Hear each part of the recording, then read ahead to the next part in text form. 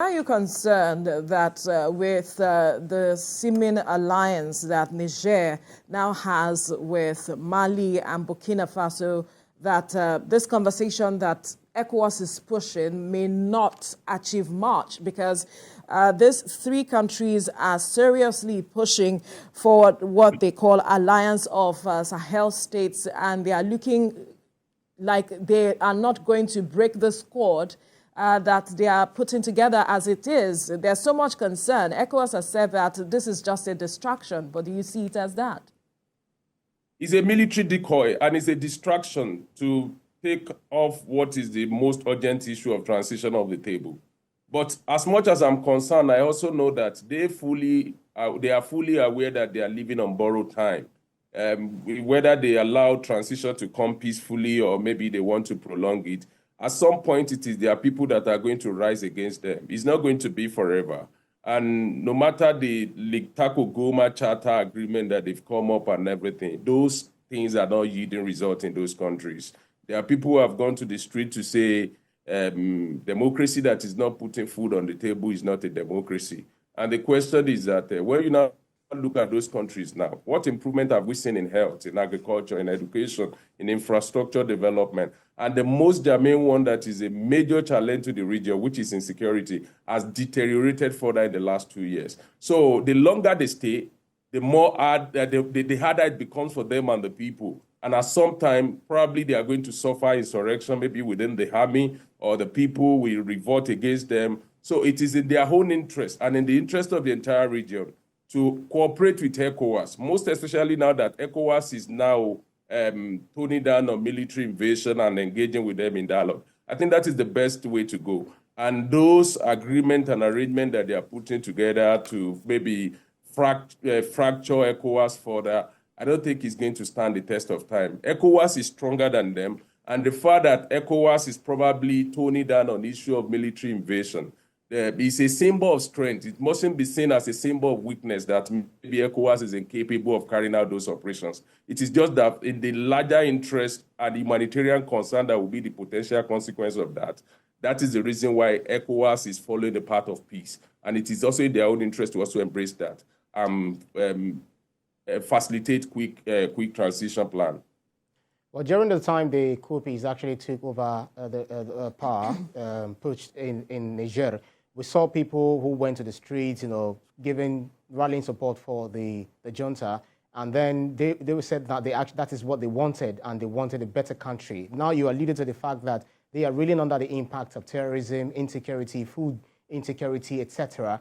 Do you feel that the people are caught up, they are within the deep blue sea, the devil and the deep blue sea? Is it possible that you feel that they might actually, rouse against the junta themselves? They will, and that is the reason why I met people from Niger, Guinea, and all these places in conferences, and I can tell you authoritatively from the evidence that I've gotten from them, the sanctions are biting harder, particularly in Niger now, seriously biting. They are complaining they couldn't access medical facilities, medical drugs and all those things, basic things. These are landlocked countries. They depend on imports from the littoral state of Ghana, Nigeria, and other countries along the coast. So economically, the sanctions are biting harder on them. And whether the coupists like it or not, at some point they have to give way for transition plan to be implemented in those countries. So, and the people that you saw carrying placard on the day of the coup and all those things, they are mostly people that are recruited, maybe giving some money. In the real sense of it, based on Afrobarometer data and every indicators, the people are satisfied with them. The people embrace democracy. Let me be careful with my word. And that is what they actually want. And whether they come out or they to protest in support of coup or not, the honeymoon for coup ended 24 hours after the coup was staged. Anything from that, anything apart from that is a biting reality for the people. And we cannot begin to maybe sin or discuss, and that is what you see in Niger, discussing military authoritarianism as an alternative to democracy. No, what separates military authoritarianism from democracy as civil liberty. We can now come up with a minimalist conceptualization of democracy as about people eating food. No, it's beyond that. So the important thing is that people have the right to select their leaders as contained in the constitution of the land and its national protocols on good governance. And that is what must prevail. People can't come through the barrel of the gun.